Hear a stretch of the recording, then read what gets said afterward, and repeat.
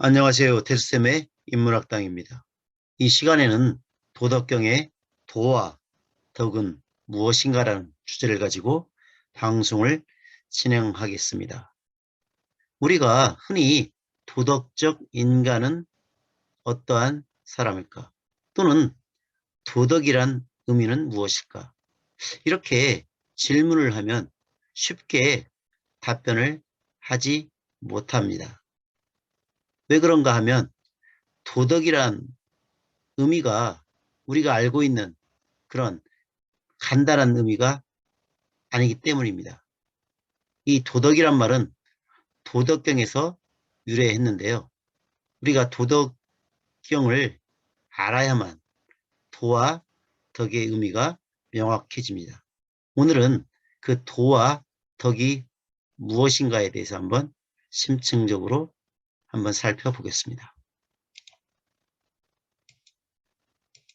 먼저 도의 의미와 속성에 대해서 알아보겠습니다. 도의 일반적인 의미는 도리와 규범을 말합니다. 자, 이 글자가 도의 가장 원시적인 형태의 모양인데요. 자, 이 글자는 어디에서 그 모습을 따왔을까요? 자, 한번 생각을 해보시기 바랍니다. 자, 뿔이 달린 사슴의 머리에서 그 모습을 본떴다는 것이 대체적인 학설입니다. 자, 이 뿔 달린 사슴의 머리가 지금 보면 이 가운데에 들어 있습니다. 자, 오늘날 이 글자가 바로 우리가 알고 있는 머리 숫자를 뜻합니다. 그래서 우리가 뭐 입학을 할 때 수석 입학이다 할 때, 또 수도 할 때, 수도권 할 때 그 나라의 중심 도시 수도죠. 그래서 머리가 신체에서도 가장 으뜸이기 때문에 이 숫자가 이렇게 쓰인 거고요. 자, 그리고 오른쪽에 보면 왼쪽과 오른쪽에 이렇게 지금 글자가 되어 있죠. 자, 이게 갈행자죠. 우리가 보통 아는 이 갈행자이고, 또 밑에는 이렇게 되어 있는데 오늘날 이게 그칠치, 사람의 발 모양을 하고 있는 그칠치입니다. 그래서 우리가 이 글자들을 조합해보면 이 간다는 의미가 아주 강하다고 할 수 있습니다. 그리고 가운데에 사슴의 머리가 들어있다. 아직도 구체적 의미가 무엇인지 잘 모르겠죠?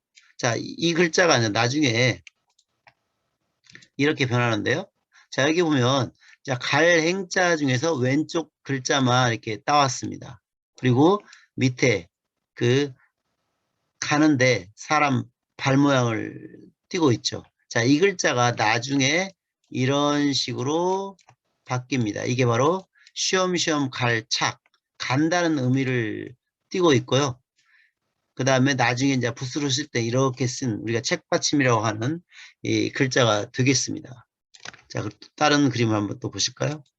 자, 그리고 자, 오늘날 그 길도자에 그 정자로 쓰이는 글자가 이것이고요.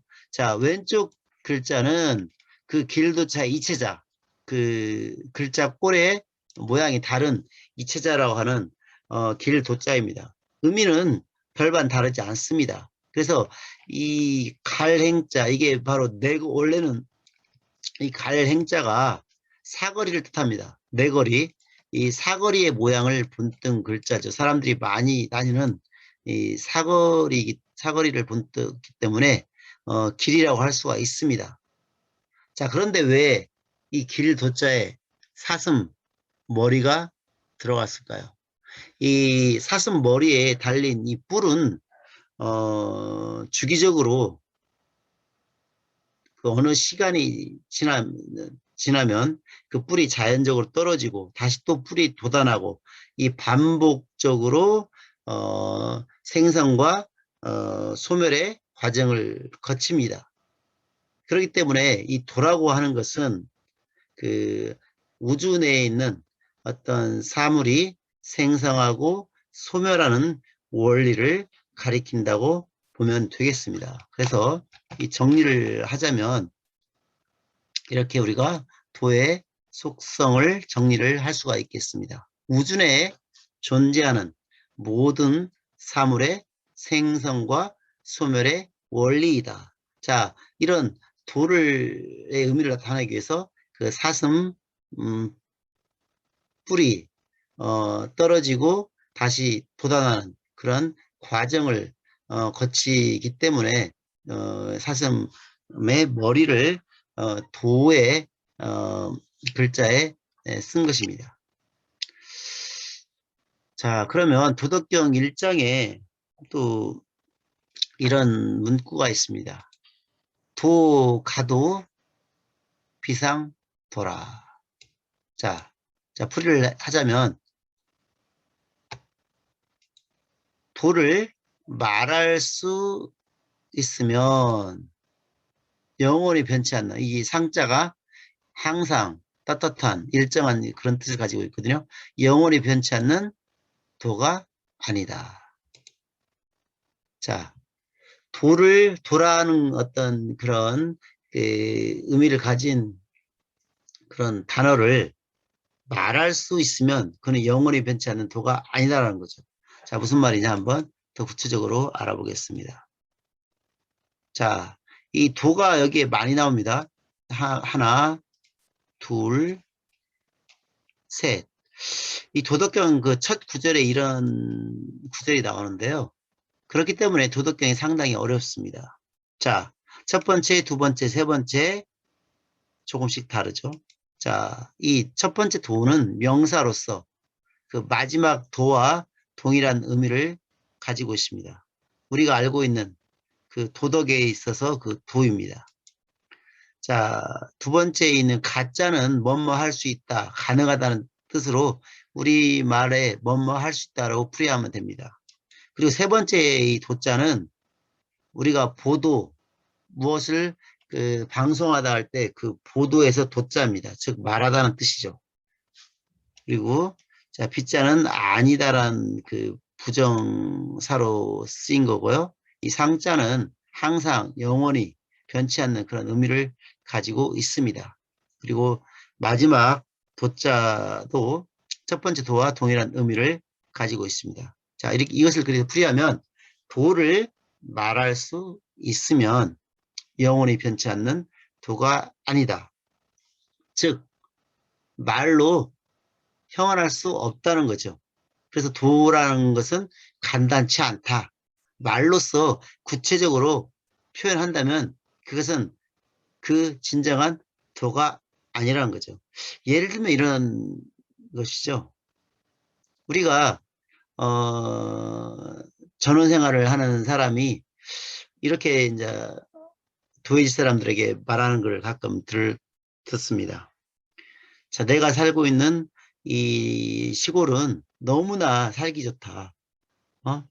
난 자연이 너무 좋다. 자연 생활이 너무 좋다. 이렇게 말하는 사람은 진정으로 좋은 생활을 하고 있는 것이 아니죠.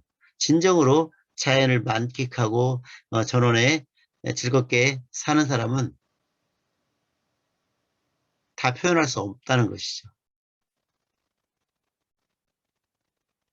이것은 책은담에도 나온다는 것이죠. 그래서 우리가 이 어떠한 그 어휘를 정확하게 표현한다는 것은 상당히 어렵습니다.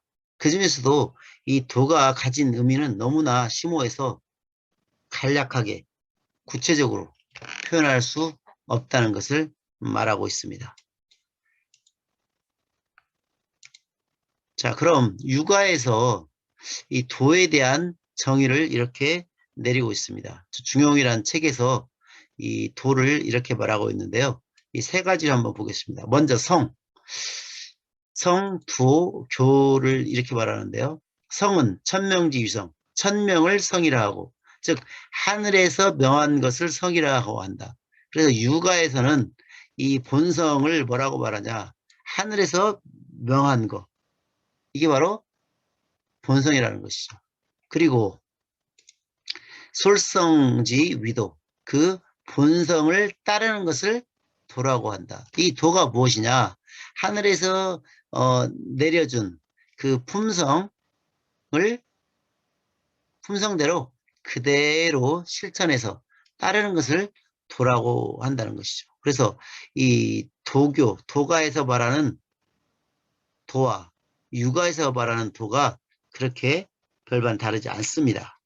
그리고 이제 교라는 게 뭐냐? 가르칠 교자. 이 수도지위교, 도를 닦는 것. 이 우리가 하늘에서 부여받은 그 천성대로 따르는 것을 도라고 하고, 또 도를 닦는다. 이것을 교라고 한다는 거죠. 우리가 그래서 이 가르침이라고 하는 것은 우리가 왜 배우느냐? 도를 닦으려고 배운다는 것이죠. 도를 닦다 보면 자연적 천성대로 사는 거니까. 그래서 우리가 보통 도사라고 하잖아요. 여러분, 도를 닦는 사람을 도사라고 합니다. 도사. 도사가 별게 아니죠. 하늘에서 부여받은 천성대로 살고 그 천성을 따라서 사는 게 도이고, 그 도를 닦는 게 바로 도사인 거죠. 그래서 간혹 길거리에 지나다니다 보면 도에 대해서 아십니까? 이렇게 물어보는 어떤 종교 단체가 있습니다. 그럴 때 저도 애매해가지고 그냥 도를 잘 안다고 이렇게 그냥 모르지만 안다고 그냥 하고 뿌리치고 지나간 적이 좀 많습니다. 그런데 그렇게 묻는 사람들은 과연 도에 대해서 정확하게 알고 있을까? 이런 의구심이 들더라고요. 아무튼 이 육아에서 말하는 도나 그 도교에서 말하는 도는 그렇게 별반 다르지 않다는 것을 알 수가 있습니다. 그래서 여러분들이 가지고 있는 그 천성대로 그 자연에 순응하면서 살면 여러분들이 바로 도사가 되는 것이고, 도교에서 말하는 진정한 사람이라고 할 수가 있습니다. 자, 그래서 도를 또 입체적으로 보면 도라는 것은 만사 만물 모든 일 모든 그 사물의 근원이 바로 이 도이고, 이 도의 속성은 자연이죠. 그 자연스럽게 사는 것. 그리고 도의 내용은 무의. 인위적으로 하지 않는 것을 우리가 무의라고 하죠. 아무것도 안 하는 게 아니라 무의라고 하는 것은 위자일 때 인위적이 할 때 위자입니다. 그래서 무의는 인위적으로 하지 않는 것이 바로 도의 내용이다. 속성은 자연이고 내용은 무의라는 것입니다. 자, 이게 도이고요. 자, 그렇다면 도에 대해서 아주 쉽게 표현한 구절이 있습니다. 여러분도 한 번씩은 들어봤을 건데요. 상선약수. 최상에서는 마치 물 흐르는 것과 같다라는 그런 아주 유명한 구절인데요. 자, 어떻게 한번 표현되는지 한번 보겠습니다. 노자는 물의 흐름을 보고 억지스러움이 없이 흘러가는 자연성에 주목을 했습니다. 그래서 다음과 같은 구절을 표현하게 되었습니다. 상선 약수. 최상의 선은 물과 같다. 자, 이게 그 도의 어떤 정의인데요. 자, 한번 더 보겠습니다. 수, 설리, 만물이 부쟁. 자, 어떻게 풀이하겠습니까? 수, 물은 만물을 잘 이롭게 하면서도 다투지 않으며, 중인지 중인 묻 사람의 이 싫어하는 곳에 처한다. 그렇죠? 이 물은 계속 낮은 데로 흘러가잖아요. 그래서 결국 바다에까지 가장 낮은, 우리가 해발이라고 할 때 해발의 기준이 바다잖아요. 가장 낮은 바다까지 계속 흘러가는 간다는 것이죠. 우리가 보통 사람들은 낮은 곳을 싫어하죠. 남보다 높아지려고 하는 어떤 지위 상승의 욕구가 있다는 거죠. 하지만 물은 안 그렇죠. 계속 낮은 데로 흘러가서 바다에까지 이른다는 것이죠. 그래서 물은 못사람이 싫어하는 곳에 처한다는 것이죠. 싫어한다는 곳은 낮은 곳이죠. 그래서 사람과 정반대의 그런 속성을 가지고 있다는 것이죠. 고 기어들어. 그러므로 도에 가깝다. 그래서 도에 가장 가까운 그런 사물이 바로 물이라는 것입니다. 그래서 옛날 고대 그리스 철학자들도 물을 아주 귀한 존재로 여겼다는 것이죠. 그래서 물과 도는 비슷한 속성을 가지고 있다. 여러분, 도가 무엇인지 잘 떠오르지 않을 때, 말로 표현하지 못할 때, 물과 같은 속성이 바로 도의 속성이 아닐까라고 여러분들이 생각을 하시면 됩니다. 자, 다시 한번 이제 정리를 해보겠습니다. 최상에서는 물과 같으니 물은 만물을 잘 이롭게 하면서도 다투지 않으며 무사람들이 싫어하는 낮은 곳에 처한다. 그러므로 도에 가깝다.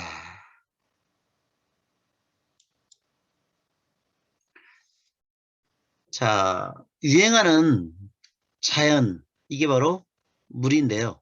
물은 아래로 흐른다. 물이 아래로 흐른다는 것은 겸손의 의미가 내재되어 있습니다. 물이 없는 것은 곧 죽음을 의미합니다. 모든 생명활동을 가능케 하는 원동력이면서도 자신의 공적을 내세우지 않습니다. 자, 이런 그 물의 어떤 속성을, 물을 우리가 현덕이라고 합니다. 자, 오른쪽에 있는 이 사람이 바로 그 삼국지 연의의 주인공인 유비 현덕입니다. 왜 유비가 그 자신의 자를 현덕이라고 지었는지, 현덕이라고 하는 것은 그 속 깊이 간직하여 드러내지 않는 덕을 말합니다. 그래서 천지의 깊고 묘한 도리입니다. 이 현자가 가물 현자인데요. 또는 거물연이라고 하는데 가물가물하다 그런 뜻을 가지고 있습니다. 그래서 오묘한 덕을 현덕이라고 하고, 이와 반대되는 인물이 바로 우리가 알고 있는 조조의 그 자가 맹덕입니다. 맹덕. 맹자는 으뜸맹. 덕을 으뜸으로 내세운다. 원래 여러분들 덕이라는 것은 밖으로 내세우지 않는 것이죠. 그런데 이 조조는 그 자신의 재능을 사람들에게 뽐내죠. 그래서 가장 출중한 덕을 가지고 있는 사람이 그 조조, 그래서 맹자, 으뜸 맹자. 그래서 맹덕과 현덕은 서로 상반된 어떤 의미를 가지고 있습니다. 그래서 조조와 유비가 삼국지연의에 보면 가장 서로 그 대척점에 있는 인물이라고 할 수가 있습니다. 그래서 현덕은 자신의 공과 덕을 밖으로 내세우지 않습니다. 하지만 조조는 끊임없이 자신의 기량과 재능을 사람들에게 알려서 최고라는 어떤 그런 찬사를 듣게 합니다. 그래서 우리가 알고 있는 이 조맹덕과 유현덕은 바로 이 도덕경에 나오는 덕과도 관련이 있다. 자, 이렇게 물의 어떤 속성이 바로 도이면서 그렇게 그런 내재적인 게 바로 또 덕이라고 할 수가 있습니다. 자, 그렇다면 덕에 대해서 한번 살펴보겠습니다. 자, 도덕경에 그 상편과 하편이 있는데요. 그 상편을 도경이라고 하고 하편을 덕경이라고 합니다. 그래서 우리가 왜 도덕경이라고 하느냐? 상편과 하편의 이름이 도경과 덕경이기 때문에 합쳐서 도덕경이라고 했습니다. 이 도덕경은 1장에서 37장까지고요. 그 덕경은 38장에서 81장까지입니다. 자, 그래서 도와 덕은 상하 관계, 뭐 주종 관계가 아니라 동의, 그 똑같은 그 위치에 있는 개념이라는 것이죠. 그래서 도가 먼저이고 뭐 덕이 나중 그게 아니라는 거죠. 동일선상에서 볼 때 똑같은 위치의 개념으로서 이 도경과 덕경을 말할 수가 있습니다. 자, 이 덕이라는 글자를 한번 볼까요? 자, 이 덕이라는 글자를 보면 고들직자와 마음심이 더해진 글자가 바로 덕자입니다. 우리가 알고 있는 이 오늘날의 덕자는 이렇게 씁니다. 하지만 이 덕자는 두 가지의 형태가 있습니다. 자, 이 위에 있는 덕자도 이 덕자와 같이 통용되는 글자입니다. 그렇지만 그 원시적 형태의 글자는 먼저 이렇게 나왔습니다. 그래서 또 보시면 이 오늘날의 덕자는 이렇게 쓰지만 옛날 고대의 글자는 이것이 최초였다는 것이죠. 자, 여기서 달라진 것은 여기에 이 글자가 더해졌다는 것이죠. 아까 여러분들 그 기억나시죠? 그 도자에 보면 처음에 이 머리 숫자에다가 이 척자 이렇게 들어가 있고 또 이렇게 들어가 있는 글자도 있었죠.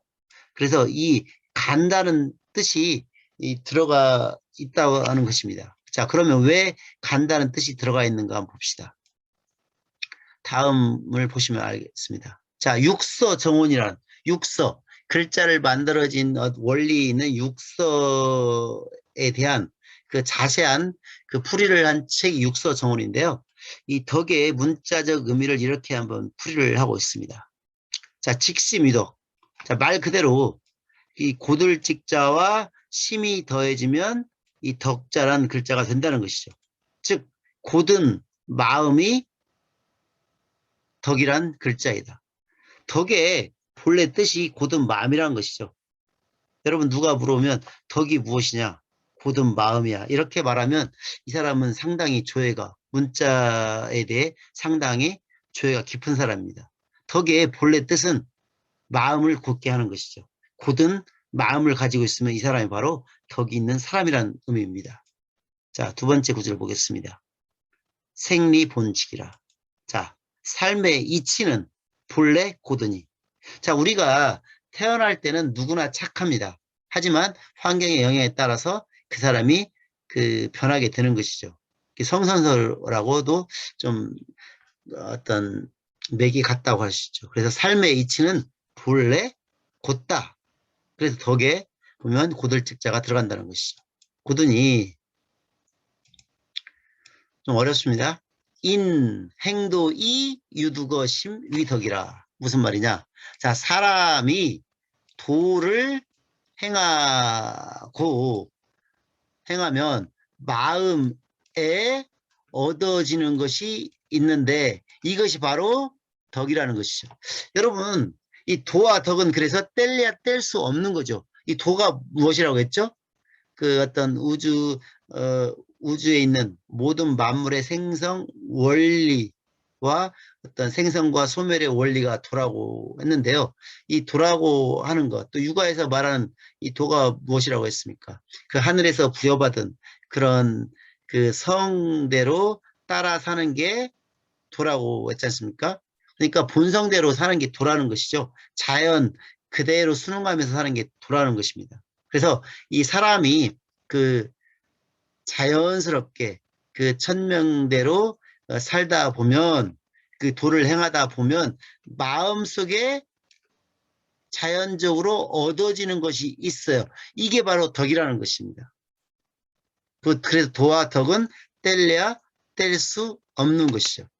그래서 도라는 것은 어떤 내재의 원리, 그리고 덕이라는 것은 어떤 성장의 원리, 어떤 실천의 원리가 되겠죠. 그리고 이제 마지막 결론은 또 이렇게 내고 있습니다. 자, 그러면 소전에서 가척, 이게 갈척자인데요. 가척, 취, 행, 유, 소복지라. 무슨 말이냐? 좀 어렵습니다. 자, 소전은 글자의 어떤 변청 과정에서 하나의 예를 들면 뭐 소전도 있고요. 대전도 있고 행서, 해서, 뭐 초서 이렇게 글자 변천 과정상의 하나의 그 형태입니다. 이 소전에서 이 원래 처음에는 그 글자에 이 글자가 없었는데 이것을 왜 더했냐?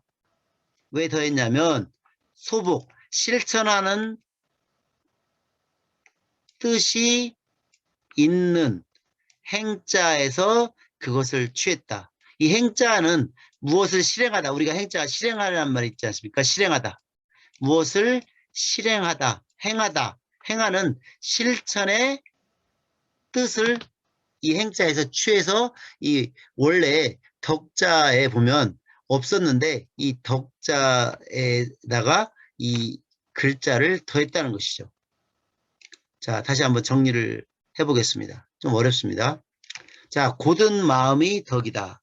삶의 이치는 본래 고든이 사람이 도를 행하고 마음에 얻은 것이 있음이 바로 덕이다. 소전에서 자, 원래 이 덕자를 보십시오. 이 덕자에 이 글자가 없었어요. 원래 없었는데 나중에 왜 이것을 더했느냐?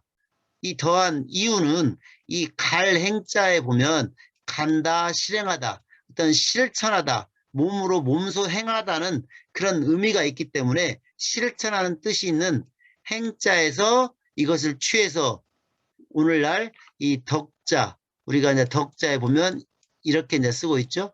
덕자는 옛날 원시적 형태의 글자가 아닌 여기에 이 갈 행자를 붙여가서 쓰는 이유는 실천하는 것을 위주로 하기 때문이다. 우리가 도의 원리를 알고 있지만 실천하지 않으면 덕이 내재되지 않는다는 것이죠. 우리가 왜 도덕적 인간, 여러분 도덕적 인간하면 그 우리가 요즘 세상의 어떤 법과 규칙을 잘 지키는 사람이라고 지금 보통 하는데요. 원래 도덕적 인간은 법이 없이도 살 수 있는 사람인 것이죠.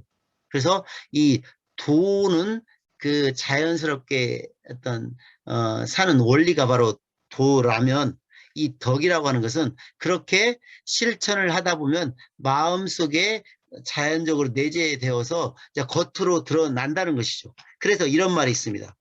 아주 유명한 말이 있는데요. 자, 아까 그 좀 전에 말했던 것을 한번 다시 보면 사람이 도를 행하고 마음에 얻는 것이 있음이 덕이다. 자, 이게 좀 어렵다고 하면 자, 유명한 링컨의 말이 있습니다. 에브라함 링컨, 미국 대통령, 16대 대통령 링컨이 이렇게 말했습니다. 나이 40살에 자신의 얼굴에 책임을 져야 한다. 나이 40이면은 자신의 얼굴에 책임을 져라. 무슨 말입니까? 나이 40살이 되면 저도 40살 훌쩍 넘어서 이제 거의 50줄에 들어갔는데요.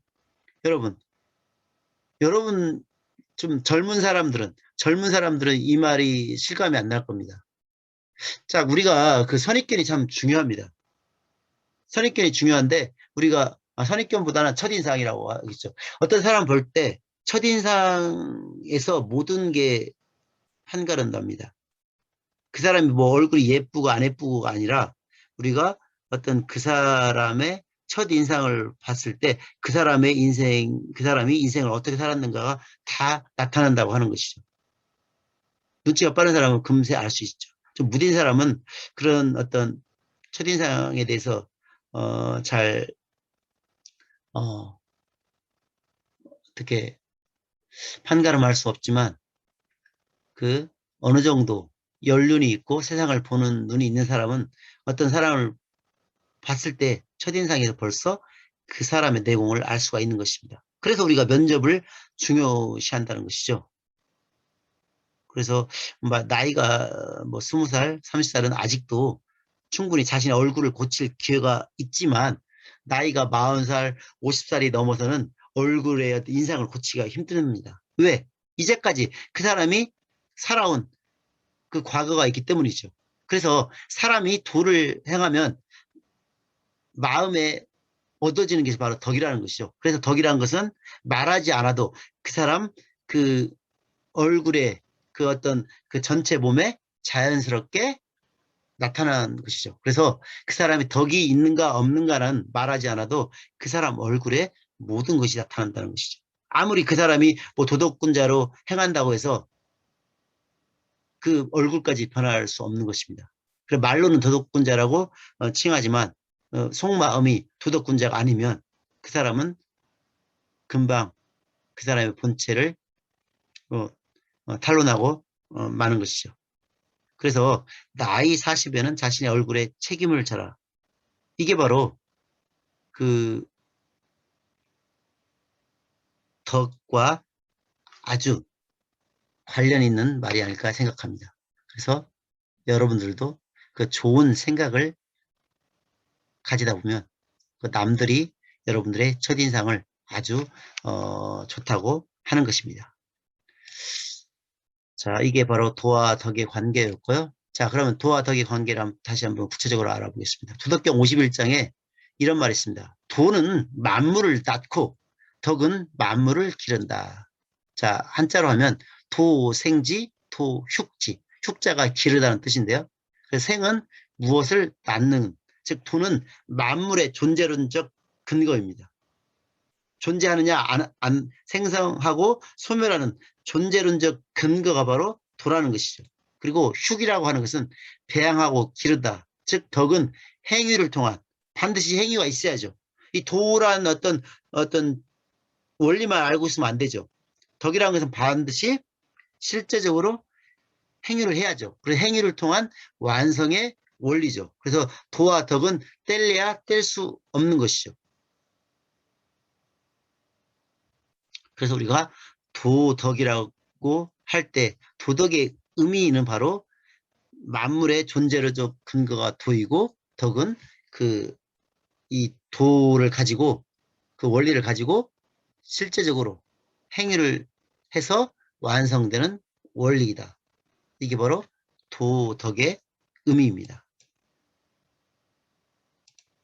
그래서 무의의 덕이라는 말이 있습니다. 인위적으로 하지 않는 덕이죠. 자, 덕은 만물을 생성하였다고 해서 그것을 자기 소유로 하지 않고 자기가 한 일이라고 해서 뽐내지 않으며 만물의 수장이라고 해서 그것들을 주재하려 하지 않는다. 이것을 우리가 현덕이라고 한다. 그래서 왼손이 하는 일을 오른손이 모르게 하라. 이것과도 기독교 성경에 나오는 말과도 상통합니다. 그래서 무의를 내용으로 한 덕이 가장 좋은 현덕, 즉 상덕입니다. 그래서 왜 유비 현덕을 삼국지연의의 주인공으로 내세웠는가를 알 수가 있습니다. 하지만 오늘날에는 그 유비 현덕은 아주 무능한 인물로 치부되고 그 조조, 그 맹덕이야말로 가장 유능한 오늘날에 가장 필요한 사람이라고 말하는 사람이 많습니다. 하지만 저는 조맹덕의 어떤 유능한 실력은 인정을 하지만 진정으로 이 사회에 필요한 사람은 유비 현덕과 같은 사람이 아닐까요? 그래서 우리가 도와 덕의 관계를 알면 우리가 굳이 초등학교 때부터 고등학교까지 도덕 시간에 어떤 규범을 배우지 않고도 충분히 훌륭한 사회인으로 성장할 수 있는 것입니다. 자, 오늘은 여기까지 도와 덕에 대해서 한번 그 의미를 알아봤습니다. 감사합니다.